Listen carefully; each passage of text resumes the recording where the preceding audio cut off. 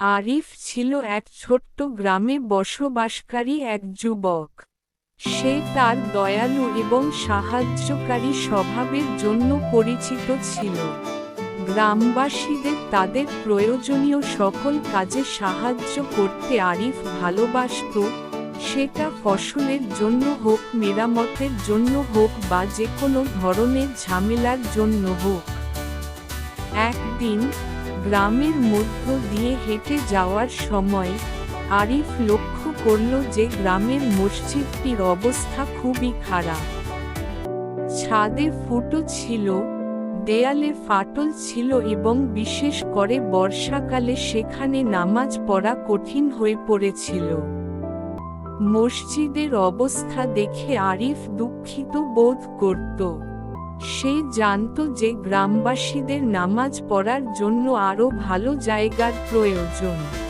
গ্রামের জন্য একটি নতুন মসজিদ নির্মাণের ধারণা নিয়ে সে তার বন্ধুদের সাথে কথা বলার সিদ্ধান্ত নেয়।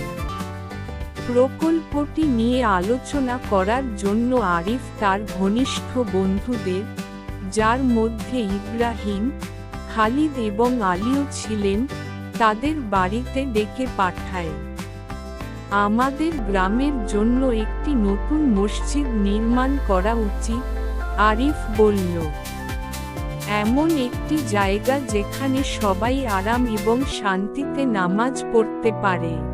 তার বন্ধুরা এই ধারণাটি পছন্দ করেছিল এবং তারা সকলেই আরিফকে যে কোনো উপায়ে সাহায্য করতে রাজি হয়েছিল। পরের দিন আরিফ এবং তার বন্ধুরা গ্রামবাসীদের একত্রিত করে একটি নতুন মসজিদ নির্মাণের পরিকল্পনা সম্পর্কে তাদের জানাতে। তারা মসজিদের গুরুত্ব এবং এটি কিভাবে সম্প্রদায়ের উন্নতি করবে তা ব্যাখ্যা করেছিল। আরিফ এবং তার বন্ধুরা গ্রামবাসীদের কাছে অর্থ, উপকরণ এবং শ্রমের আকারে সাহায্য চেয়েছিল। কিছু গ্রামবাসী সাহায্য করতে আগ্রহী ছিল এবং তাদের যথাসাধ্য অবদান রাখার প্রতিশ্রুতি দিয়েছিল। আরিফ এবং তার বন্ধুরা একটি পরিকল্পনা এবং তাদের প্রয়োজনীয় উপকরণের একটি তালিকা তৈরি করেছিল, যেমন ইট, কাঠ, সিমেন্ট এবং ছাদের উপকরণ। তারা প্রকল্পটি সম্পর্কে কথা ছড়িয়ে দিতে শুরু করে এবং শীঘ্রই আরও গ্রামবাসী এই উদ্দেশ্যে সমর্থন করার জন্য এগিয়ে আসে। স্থানীয় নির্মাতা জনাব ইউসুফ মসজিদ নির্মাণ তদারকি করতে সম্মত হন। আরিফ এবং তার বন্ধুরা নিকটবর্তী শহর এবং গ্রাম থেকে অর্থ সংগ্রহের জন্য একটি তহবিল সংগ্রহ অভিযান শুরু করে। গ্রামবাসীরা নির্মাণের জন্য প্রয়োজনীয় উপকরণ সংগ্রহের জন্য একসাথে কাজ করেছিল।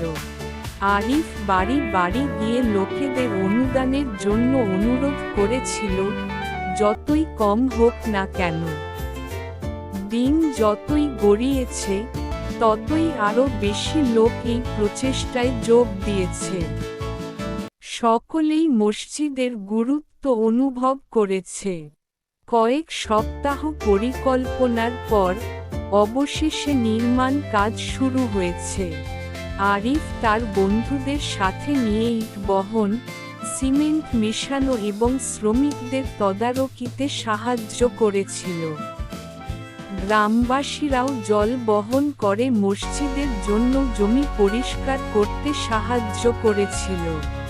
মসজিদের ভিত্তি স্থাপন করা হয়েছিল এবং কাঠামোটি ধীরে ধীরে উঠতে শুরু করেছিল। মসজিদটি আকার ধারণ করতে শুরু করার সাথে সাথে গ্রামে উত্তেজনা বৃদ্ধি পায়। চূড়ান্ত ফলাফল দেখার জন্য মানুষ আগ্রহী ছিল। আরিফ এবং তার বন্ধুরা দিনরাত অক্লান্ত পরিশ্রম করে মসজিদটি যত তাড়াতাড়ি সম্ভব প্রস্তুত করার জন্য। প্রতিদিন গ্রামবাসীরা প্রকল্পের সাফল্যের জন্য সাহায্য এবং প্রার্থনা করার জন্য একত্রিত হতো। কিছু গ্রামবাসী শ্রমিকদের জন্য খাবার এবং জল সরবরাহ করত, যাতে তারা উজ্জীবিত এবং অনুপ্রাণিত থাকে। কয়েক মাসের কঠোর পরিশ্রমের পর অবশেষে মসজিদটি সম্পন্ন হয়। ভবনটিতে উঁচু মিনার, সুন্দর খিলান এবং প্রশস্ত প্রার্থনা কক্ষ ছিল। নতুন মসজিদ দেখে গ্রামবাসীরা অবাক হয়েছিলেন এবং আরিফ ফলাফলে গর্বিত ছিলেন। মসজিদটির একটি বিশাল উঠোন ছিল এবং এটি সুন্দর বাগান এবং গাছপালা দ্বারা বেষ্টিত ছিল।